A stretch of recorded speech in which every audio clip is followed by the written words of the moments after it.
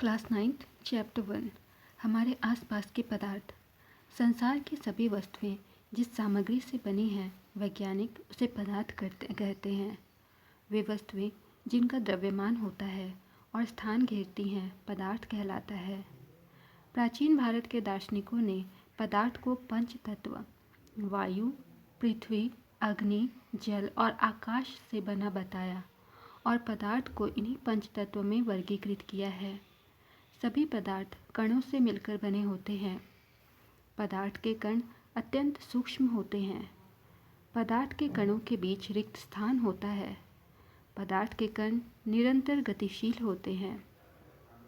पदार्थ के कण एक दूसरे को आकर्षित करते हैं। पदार्थ के कणों में गतिज ऊर्जा होती है और तापमान बढ़ने से कणों की गति तेज हो जाती है। पदार्थ के कण अपने आप ही एक दूसरे के साथ अंतः मिश्रित हो जाते हैं।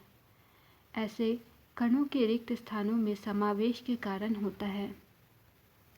दो विभिन्न पदार्थों के कणों का स्वतः मिलना विसरण कहलाता है। पदार्थ के कणों के बीच एक बल कार्य करता है। यह बल कणों को एक साथ रखता है। इसे अंतराण्विक बल भी कहा जाता है। प्रत्येक पदार्थ में यह आकर्षण बल अलग अलग होता है। इन्हीं बलों के कारण पदार्थ की अवस्थाएं बनती हैं। पदार्थ की 3 अवस्थाएं होती हैं: ठोस, द्रव और गैस। पदार्थ की ये अवस्थाएं उनके कणों की विभिन्न विशेषताओं के कारण होती हैं। बल लगाने पर ठोस टूट जाते हैं, लेकिन इनका आकार नहीं बदलता। द्रव का कोई अपना आकार नहीं होता। जिस बर्तन में इसे रखते हैं ये उसी का आकार ले लेता है, परंतु द्रव का आयतन होता है। द्रव में ठोस, द्रव और गैस तीनों का विसरण संभव है। ठोस की अपेक्षा द्रवों में विसरण की दर अधिक होती है। यही कारण है कि द्रव अवस्था में पदार्थ के कण स्वतंत्र रूप से गति करते हैं। ठोस की अपेक्षा द्रव के कणों में रिक्त स्थान भी अधिक होता है। ठोसों एवं द्रवों की तुलना में गैसों की संपीड्यता काफ़ी अधिक होती है। तापमान एवं दाब में परिवर्तन कर पदार्थ की अवस्थाएं बदली जा सकती हैं। जिस तापमान पर कोई ठोस पिघलकर द्रव बन जाता है वह ताप पदार्थ का गलनांक कहलाता है। गलने की प्रक्रिया यानी ठोस से द्रव अवस्था में परिवर्तन को संगलन भी कहते हैं। गलने की प्रक्रिया के दौरान गलनांक पर पहुंचने के बाद जब तक कोई पदार्थ पूरी तरह गल नहीं जाता, तापमान नहीं बदलता है, चाहे उसमें और भी ऊष्मा दे दी जाए। पदार्थ के कणों के आकर्षण बल को बदलने के लिए उसकी अवस्था में परिवर्तन हो सके, तापमान में बिना कोई वृद्धि दर्शाए पदार्थ उस अतिरिक्त ऊष्मा को अवशोषित कर लेता है। यह ऊष्मा पदार्थ में छुपी रहती है, जिसे गुप्त ऊष्मा कहते हैं। संगलन की प्रसुप्त ऊष्मा। वायुमंडलीय दाब पर 1 किलोग्राम ठोस को उसके गलनांक पर द्रव में बदलने के लिए जितनी ऊष्मीय ऊर्जा की आवश्यकता होती है उसे संगलन की प्रसुप्त ऊष्मा कहते हैं। वायुमंडलीय दाब पर वह तापमान जिस पर द्रव उबलने लगता है, इस ताप को उस पदार्थ का क्वथनांक कहते हैं। जल का क्वथनांक 100 डिग्री सेल्सियस या 373 केल्विन है। द्रव अवस्था में परिवर्तन हुए बिना ठोस अवस्था से सीधे गैस और वापस ठोस में बदलने की प्रक्रिया को ऊर्ध्वपातन कहते हैं। पदार्थ के कणों के बीच दूरी में परिवर्तन होने के कारण पदार्थ की विभिन्न अवस्थाएं बनती हैं। ठोस कार्बन डाइऑक्साइड द्रव अवस्था में आए बिना सीधे गैस में परिवर्तित हो जाती है। यही कारण है कि ठोस कार्बन डाइऑक्साइड को शुष्क बर्फ कहते हैं। दाब के बढ़ने और तापमान के घटने से गैस द्रव में बदल सकते हैं।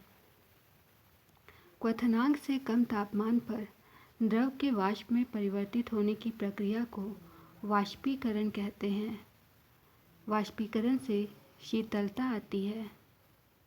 प्रश्न, निम्नलिखित में से कौन से पदार्थ हैं?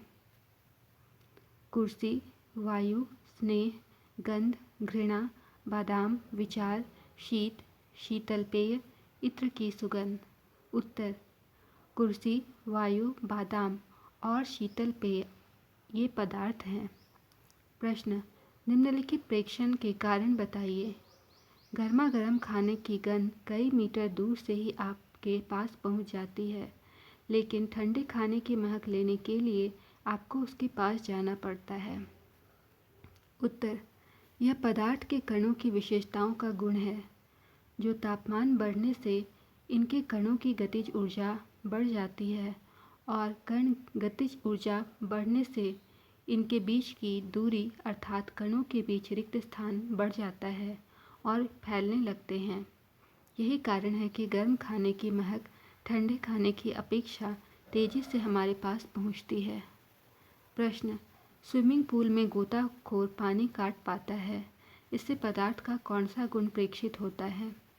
उत्तर, यह क्रियाकलाप यह दर्शाता है कि पदार्थ के कणों के बीच रिक्त स्थान होता है।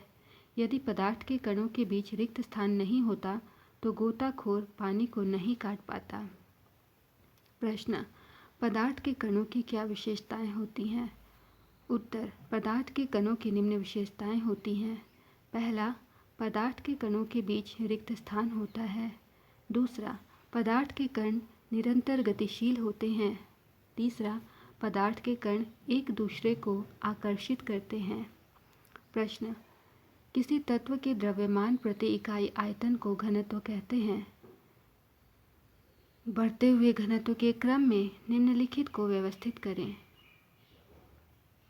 वायु, चिमनी का धुआं, शहद, जल, चाक, रुई और लोहा। बढ़ते हुए घनत्व के रूप में व्यवस्थित क्रम: वायु, चिमनी का धुआं, शहद, जल, चाक, रुई और लोहा। अतिरिक्त प्रश्नोत्तर: विसरण किसे कहते हैं? उत्तर, दो विभिन्न पदार्थों के कणों का स्वतः मिलना ही विसरण कहलाता है। प्रश्न, गलनांक किसे कहते हैं? उत्तर, वह ताप जिस पर कोई पदार्थ गलना शुरू कर देता है, वह ताप उस पदार्थ का गलनांक कहलाता है। प्रश्न, क्वथनांक किसे कहते हैं? उत्तर, वह ताप जिस पर कोई पदार्थ उबलना शुरू कर देता है, वह ताप उस पदार्थ का क्वथनांक कहलाता है। प्रश्न, शुष्क बर्फ किसे कहते हैं? उत्तर, ठोस कार्बन डाइऑक्साइड को शुष्क बर्फ कहते हैं। प्रश्न, पदार्थ की अवस्था परिवर्तन के लिए उत्तरदायी कारक का नाम लिखिए। उत्तर, पदार्थ की अवस्था परिवर्तन के लिए उत्तरदायी कारक हैं ताप, दाब। प्रश्न, गुप्त ऊष्मा से आप क्या समझते हैं? उत्तर, अवस्था परिवर्तन के समय स्थिर ताप पर पदार्थ के एकांक द्रव्यमान को दी गई आवश्यक ऊष्मा की मात्रा को गुप्त ऊष्मा कहते हैं। अथवा जब कोई पदार्थ एक भौतिक अवस्था से दूसरी भौतिक अवस्था में परिवर्तित होता है तो एक नियत ताप पर उसे कुछ ऊष्मा प्रदान करनी पड़ती है या वह एक नियत ताप पर ऊष्मा प्रदान करता है। किसी पदार्थ की गुप्त ऊष्मा की वह मात्रा है जो उसके इकाई मात्रा द्वारा अवस्था परिवर्तन के समय अवशोषित की जाती है या मुक्त की जाती है। प्रश्न, ठोस, द्रव और गैस के गुणधर्म लिखिए। उत्तर, ठोस के गुणधर्म निम्नलिखित हैं। पहला, ठोस पदार्थों का निश्चित आकार होता है। दूसरा, स्पष्ट सीमाएं तथा स्थिर आयतन होता है। तीसरा, बाह्य बल लगने पर भी ठोस अपने आकार को बनाए रखता है। चौथा, अंतराण्विक बल ठोसों में द्रव तथा गैस से अधिक होता है। द्रव के गुणधर्म: पहला, द्रव का निश्चित आकार नहीं होता है। दूसरा, इनका आयतन निश्चित होता है। तीसरा, द्रवों में बहाव होता है और इनका आकार बदलता रहता है। चौथा, इनका अंतराण्विक बल ठोस से कम होता है। गैस के गुणधर्म: पहला, ठोसों एवं द्रवों की तुलना में गैसों की संपीड्यता काफ़ी अधिक होती है। दूसरा, इनके कणों के बीच अंतराण्विक बल सबसे कम होता है। तीसरा, गैसों को आसानी से दबाया जा सकता है। चौथा, इनका विसरण काफ़ी तीव्रता से होता है। प्रश्न, पदार्थ के कणों के बीच रिक्त स्थान होता है, उदाहरण देकर समझाइए। उत्तर, जब हम एक बीकर में पानी लेते हैं तो उसमें पोटेशियम परमैंगनेट के कुछ कण डाल देते हैं। कुछ देर बाद हम देखते हैं कि पोटेशियम परमैंगनेट पूरे बीकर में फैल जाता है, अर्थात पोटेशियम परमैंगनेट का प्रत्येक कण जल के प्रत्येक कणों के बीच मिल जाता है, जिससे यह पता चलता है कि पदार्थ के कणों के बीच रिक्त स्थान होता है। प्रश्न, कारण बताइए। क्यों गैस उस बर्तन को पूरी तरह भर देती है जिसमें उसको रखते हैं? उत्तर, द्रवों की तुलना में गैसों की संपीड्यता अधिक होती है, जिससे ये जिस बर्तन में डाले जाते हैं तेजी से स्थान घेर लेते हैं और उसे पूरी तरह भर देते हैं। प्रश्न, वाष्पीकरण के कारण शीतलता कैसे होती है? उत्तर, वाष्पीकरण के दौरान कम हुई ऊर्जा को पुनः प्राप्त करने के लिए द्रवों के कण अपने आसपास से ऊर्जा अवशोषित कर लेते हैं। इस तरह आसपास से ऊर्जा अवशोषित होने से आसपास ठंडक होने लगता है और शीतलता आ जाती है। प्रश्न, ठोस कार्बन डाइऑक्साइड को शुष्क बर्फ क्यों कहते हैं? उत्तर, जब वायुमंडलीय दाब का माप 1 एटमॉस्फेयर हो तो ठोस कार्बन डाइऑक्साइड द्रव अवस्था में आए बिना सीधे गैस में परिवर्तित हो जाता है। यही कारण है कि ठोस कार्बन डाइऑक्साइड को शुष्क बर्फ कहते हैं। प्रश्न, ऊर्ध्वपातन किसे कहते हैं? उत्तर, द्रव अवस्था में परिवर्तन हुए बिना ठोस अवस्था से सीधे गैस और वापस ठोस में बदलने की प्रक्रिया को ऊर्ध्वपातन कहते हैं। प्रश्न, वाष्पीकरण को प्रभावित करने वाले कौन कौन से कारक हैं? उत्तर, पहला, सतह क्षेत्र बढ़ने पर। वाष्पीकरण एक सतही प्रक्रिया है और सतही क्षेत्र बढ़ने पर वाष्पीकरण की दर भी बढ़ जाती है। दूसरा, तापमान में वृद्धि। तापमान बढ़ने पर पदार्थ के कणों को पर्याप्त गतिज ऊर्जा मिल जाती है, जिससे वाष्पीकरण की दर बढ़ जाती है। तीसरा, आर्द्रता में कमी। वायु में उपस्थित जलवाष्प की मात्रा, जिसे आर्द्रता कहते हैं, जलवाष्प बढ़ने से आर्द्रता बढ़ेगी और आर्द्रता बढ़ने से वाष्पीकरण की दर घट जाती है। चौथा, वायु की गति में वृद्धि। वायु की गति में वृद्धि होने से जलवाष्प के कण तेजी से वायु के साथ उड़ जाते हैं, जिससे आसपास की जलवाष्प की मात्रा घट जाती है। प्रश्न, प्लाज्मा क्या है? प्लाज्मा पदार्थ की चौथी अवस्था है। नियॉन बल्ब के अंदर नियॉन गैस और फ्लोरेसेंट ट्यूब के अंदर हीलियम या कोई अन्य गैस होती है। विद्युत ऊर्जा प्रवाहित होने पर यह गैस आयनीकृत यानी आवेशित हो जाती है। आवेशित होने से ट्यूब या बल्ब के अंदर चमकीला पदार्थ तैयार हो जाता है, जिसे प्लाज्मा कहा जाता है। प्रश्न, गुप्त ऊष्मा किसे कहते हैं?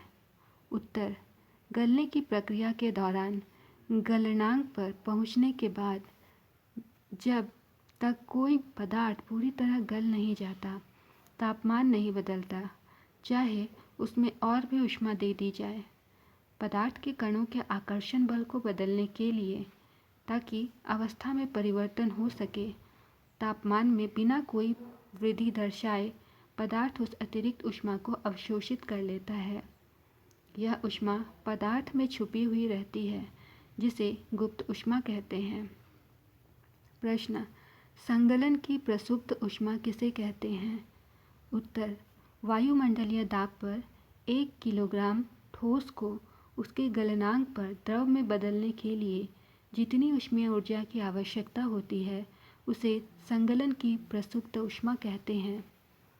प्रश्न, वाष्पीकरण की गुप्त ऊष्मा से आप क्या समझते हैं? उत्तर, वायुमंडलीय दाब पर 1 किलोग्राम द्रव को उसके क्वथनांक पर गैसीय अवस्था में परिवर्तन करने हेतु जितनी ऊष्मीय ऊर्जा की आवश्यकता होती है उसे वाष्पीकरण की प्रसुप्त ऊष्मा कहते हैं। प्रश्न, संघनन क्या है? उत्तर, वह प्रक्रिया जिसमें गैस संगठित होकर द्रव में परिवर्तित हो जाता है संघनन कहलाता है। प्रश्न, 100 डिग्री सेल्सियस तापमान पर भाप अर्थात वाष्प के कणों में उसी तापमान पर पानी के कणों की अपेक्षा अधिक ऊर्जा होती है, क्यों? उत्तर, ऐसा इसलिए होता है क्योंकि भाप के कणों ने वाष्पीकरण की गुप्त ऊष्मा के रूप में अतिरिक्त ऊष्मा अवशोषित कर रखी है, जिससे वह उसी तापमान पर पानी के कणों की अपेक्षा अधिक ऊष्मा देती है। प्रश्न, गलनांक एवं क्वथनांक में क्या अंतर है? उत्तर, गलनांक वह तापमान है जिस पर कोई ठोस पिघलने लगता है, जबकि क्वथनांक वह तापमान है जिस पर कोई द्रव उबलने लगता है। ठोस का गलनांक होता है जबकि द्रव का क्वथनांक होता है। प्रश्न, 3 ऊर्ध्वपतित होने वाले पदार्थ का नाम बताएं। उत्तर, कपूर, नेप्थलीन अर्थात नौसादर और तीसरा अमोनियम क्लोराइड। तो ये थे हमारे आसपास के पदार्थ। मिलते हैं अगली कक्षा में एक नए अध्याय के साथ। धन्यवाद।